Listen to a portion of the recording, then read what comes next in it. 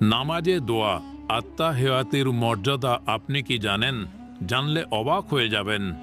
প্রতিদিন আমরা নামাজে বসি, রুকু, সিজদা, কেয়াম, কওমা এই রুকুনগুলো করেই যাচ্ছি।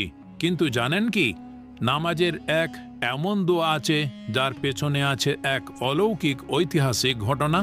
এমন একটি দোয়া যা শুধু এই দুনিয়াতেই নয়, বলা হয়েছিল আসমান পেরিয়ে 7 আসমানের ওপরে লাউহে মাহফুজের কাছে। হ্যাঁ, আমি বলছি আত্তাহিয়াতু দোয়ার কথা। আপনি প্রতিদিন এটি পড়ছেন, কিন্তু কখনো কি ভেবেছেন এর পেছনের গল্পটা কি? চলুন একবার ফিরে যাই সেই মুহূর্তে যখন বিশ্বজগতের শ্রেষ্ঠ মানুষ আমাদের নবী হজরত মুহাম্মদ সাল্লাল্লাহু আলাইহি সাল্লাম গিয়েছিলেন মিরাজের সফরে। 7 আসমান পেরিয়ে সিদরাতুল মুনতাহা পর্যন্ত গিয়ে পৌঁছান তিনি। এমন একটি জায়গা যেখানে কোনো ফেরেশতা, এমনকি জিব্রাইল আলাইহিস সালাম পর্যন্ত যেতে পারেনি। সেইখানে আল্লাহ রাব্বুল আলামিনের সাথে সরাসরি কথা হয় প্রিয় হাবিবের।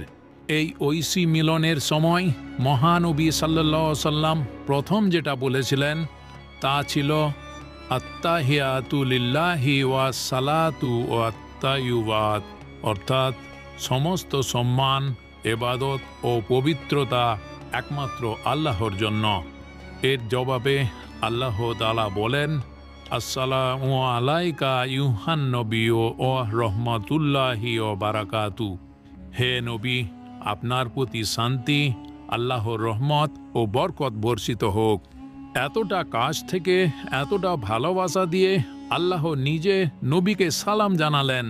আর তখন আমাদের নবী সাল্লাল্লাহু আলাইহি সাল্লাম বলেন, আসসালামু আলাইনা ওয়া আলা ইবাদুল্লাহিস সালিহিন, অর্থাৎ আমাদের উপর এবং আল্লাহর নেক বান্দাদের উপর শান্তি বর্ষিত হোক। এই অংশে তিনি আমাদের কথাও বলেছেন। হ্যাঁ, আপনাকেও স্মরণ করেছেন প্রিয় নবী সাল্লাল্লাহু আলাইহি সাল্লাম। আল্লাহর সাথে এই কথোপকথন, এই অভাবনীয় সংলাপই আমরা পড়ি আমাদের প্রতিটি নামাজে, তাশাহুদের সময়, আত্তাহিয়াত পড়ে। এমন কি জানেন, এই কথোপকথন পুরোপুরি আসমানের দোয়া। কোরআনে যেমন বিভিন্ন দোয়া আছে, ঠিক তেমনি আত্তাহিয়াত হলো এক মহান আসমানি মুহূর্তের স্মৃতি।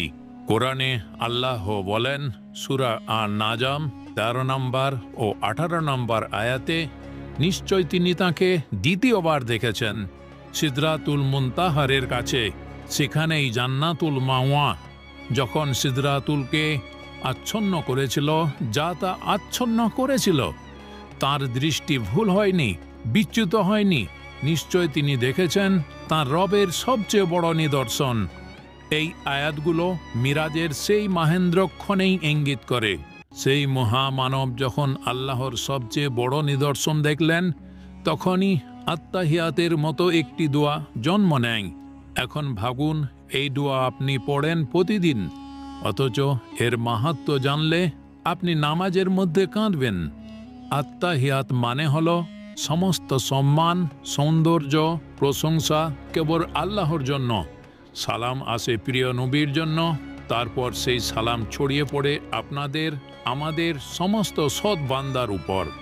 এটা শুধু একটি দোয়া নয়, এটি একটি সাক্ষাৎ আসমানি সংলাপ।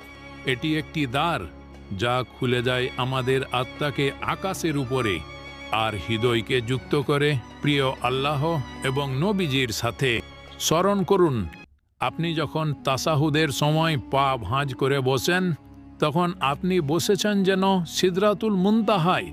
আপনি পড়ছেন সেই দোয়া যা একদিন আল্লাহর সামনে সরাসরি বলা হয়েছিল।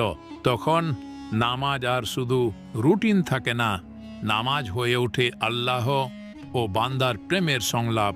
প্রিয় ভাই ও বোনেরা, আত্তাহিয়াত কখনো দ্রুত পড়ে শেষ করবেন না। থেমে থেমে পড়ুন, বুঝে পড়ুন। আপনার প্রিয় নবী যেভাবে বলেছিলেন সেইভাবে নিয়ে বলুন। আপনার প্রিয় আল্লাহ যেভাবে জবাব দিয়েছিলেন সেই মায়া নিয়ে জবাব দিন। এই দোয়া শুধু মুখে নয়, হৃদয়ে জায়গা পাক।